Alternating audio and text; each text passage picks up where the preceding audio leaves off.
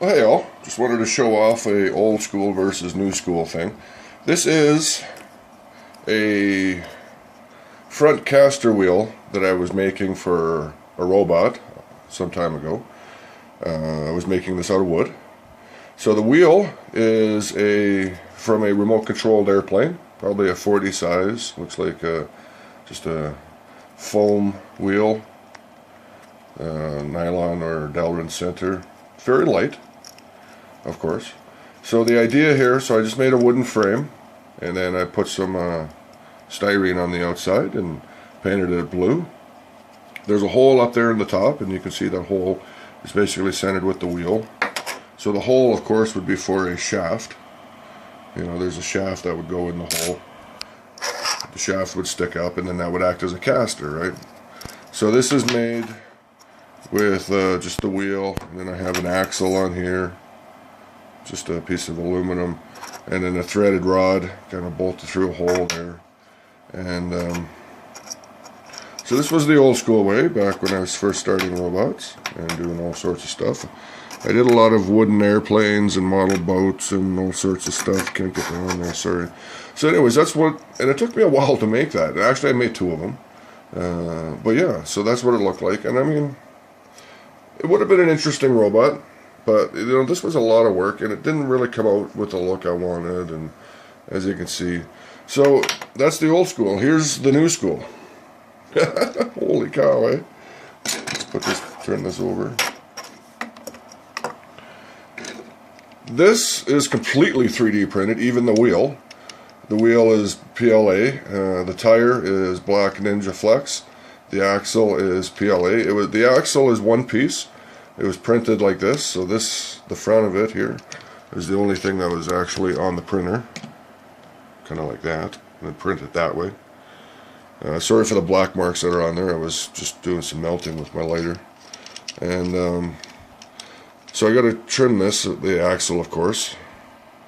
There's actually a little wheel collar.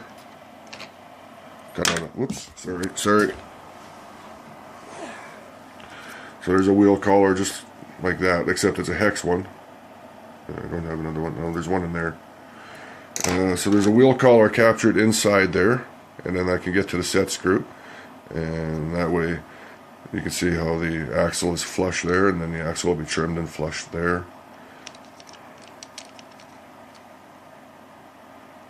This thing's got some great spin on it.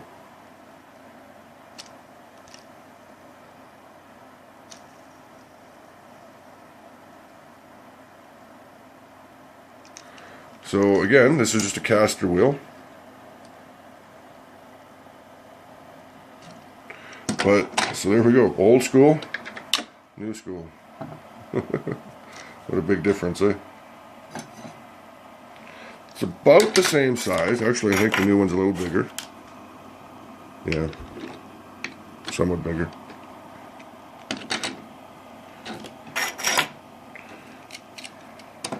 Not a lot. Let's just see here. Sorry, I'm not very good with this video, am I? So it's pretty close to being the exact same size. Really, that's pretty cool. I got lucky there.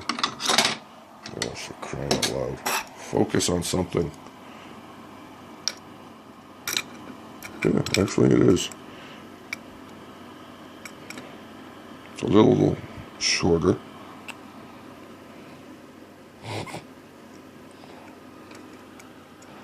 And about the same. Cool. So it worked well. 3D printed. And this isn't even the first one I made. I made a couple of variations of it just to see how I was going to make it. This one I made in two pieces. You can see that there's some little blocks there. Some holes there just to get me to line it up perfectly. And then I was just going to epoxy it all together. But then I thought, well, of course that's where the main axle and all the weight bearing will be right down there. And I thought maybe that's just a bad idea. So we can have a look here.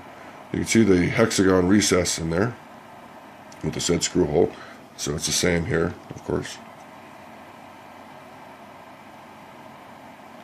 And then I can just get to the hole. So yeah, that's my new 3D printed axle. So I think I finally got everything working better on this printer. I kind of rebuilt the whole end there, put new fans on there and everything. And the fans have made a huge difference, actually. So everything seems to be going well, and